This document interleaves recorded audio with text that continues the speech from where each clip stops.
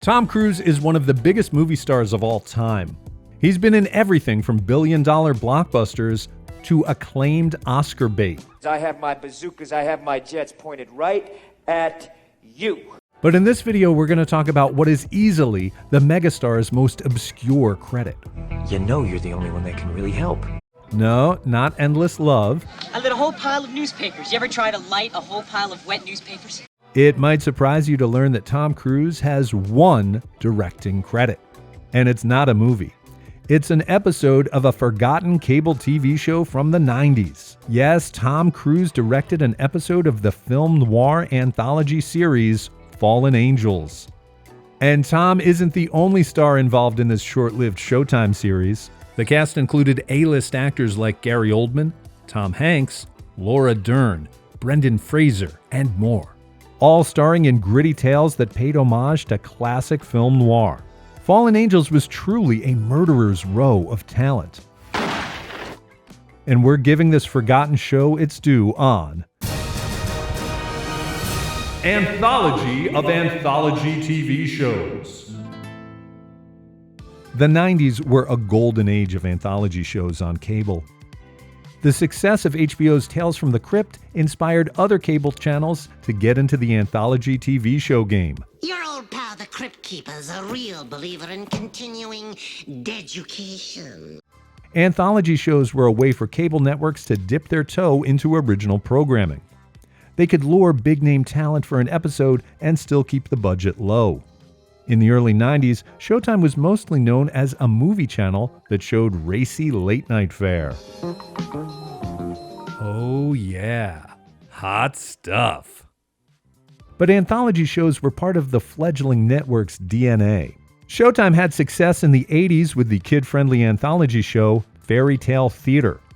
The Shelley Duvall-hosted series spawned the spin-offs Tall Tales and Legends and Nightmare Classics. Then in 1992, Showtime had a hit with an anthology series of a decidedly more adult flavor.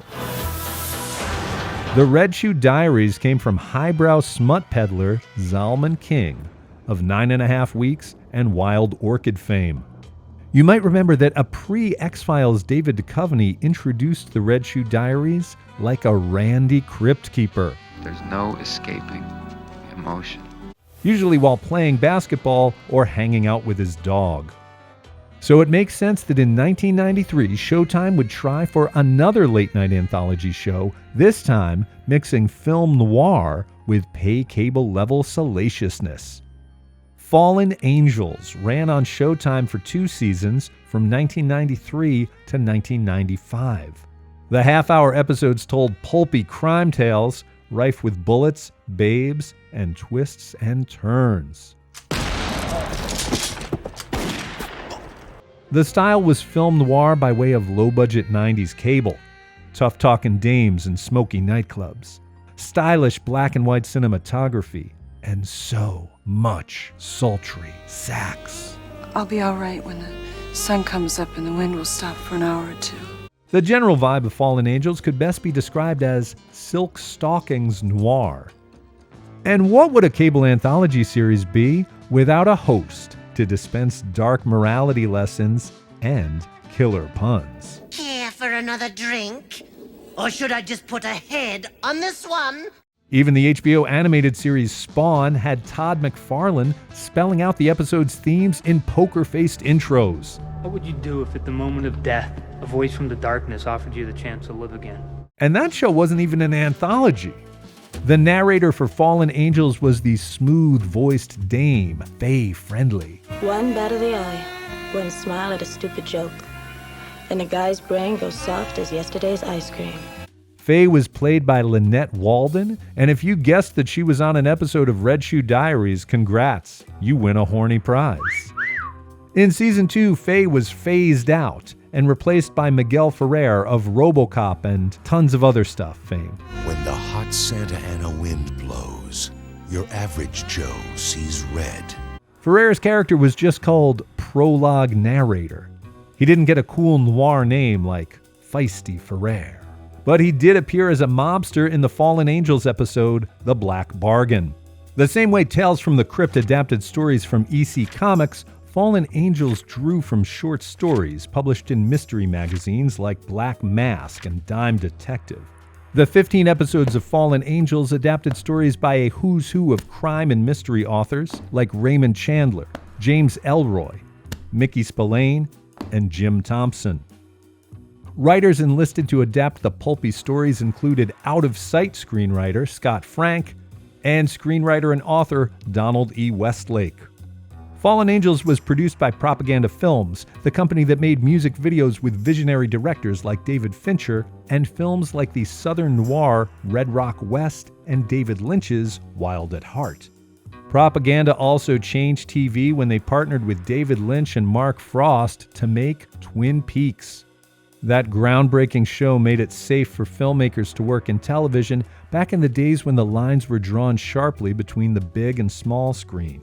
A 1993 New York Times article on Fallen Angels noted that filmmakers like Barry Levinson and Oliver Stone were drawn to TV for the freedom to experiment, a changing creative climate, and the medium's increasing technical sophistication.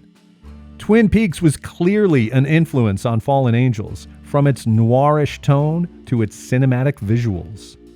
Fallen Angels was created by William Horberg, who went on to produce films like The Talented Mr. Ripley and Cold Mountain. Horberg conceived Fallen Angels as a noir spin on The Twilight Zone. Fun fact, at one point famed crime author Mickey Spillane was going to host the show Rod Serling style. Faye was clearly more friendly on the eyes. Giving Fallen Angels even more cred was the involvement of executive producer Sidney Pollack.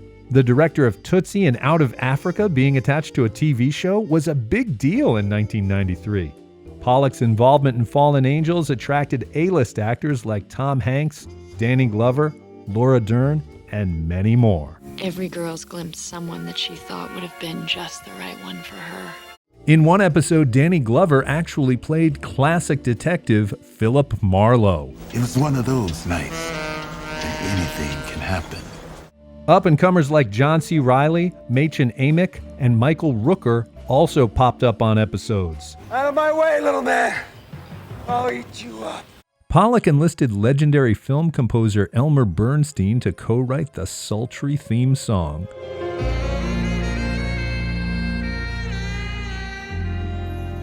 Tales from the Crypt had drawn filmmakers like Walter Hill, Robert Zemeckis, and Tobe Hooper to television. Fallen Angels also gave filmmakers a chance to flex their genre muscles for an episode. Steven Soderbergh, hot off his breakthrough debut Sex, Lies, and Videotape, showed his knack for noir with the episodes The Quiet Room and Professional Man. So you got a light?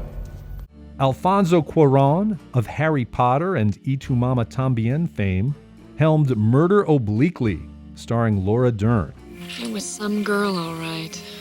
Some girl who wore cheap perfume. And legendary filmmaker Peter Bogdanovich directed the Season 2 episode A Dime a Dance. Well, the killer's not going to come back here. Not now. You see.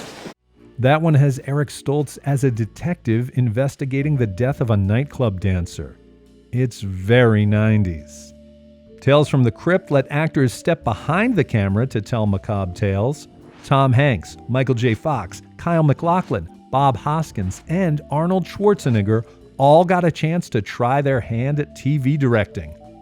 Fallen Angels followed suit with Kiefer Sutherland, Tom Hanks, and Tom Cruise all directing episodes.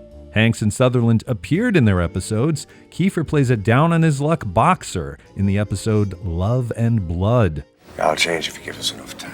While Hanks plays a vicious gangster in I'll Be Waiting. I had a bet with Charlie here that you'd shake Rawls out in less than an hour. It was 58 minutes. A chilling performance that hints to Tom's future role in Road to Perdition. But Tom Cruise decided to stay behind the camera for his outing, The Frightening Framis. It makes sense that movie stars used anthology shows to try out their hand at directing. If all goes well, they get a director credit and a chance to helm a short genre tale. And if they fail, an episode of a deep cable TV show was a low risk. It's not like they were going to get roasted on Twitter back in the 90s. Tom Hanks and Kiefer Sutherland both went on to direct films, both acclaimed and forgotten. Yo, damn, that's ham, dog. Some good Damn. But Tom Cruise's episode of Fallen Angels is his sole directing credit.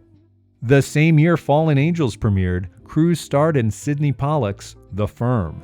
The kind of intimate acts, oral and whatnot. Pollack enlisted his star to direct an episode of Fallen Angels. Tom's agency, CAA, was also involved in pulling talent together for the series. Cruise helmed episode 4 of season 1, The Frightening Framis. Oh, it's a first-class Framis. Man, you guys are good.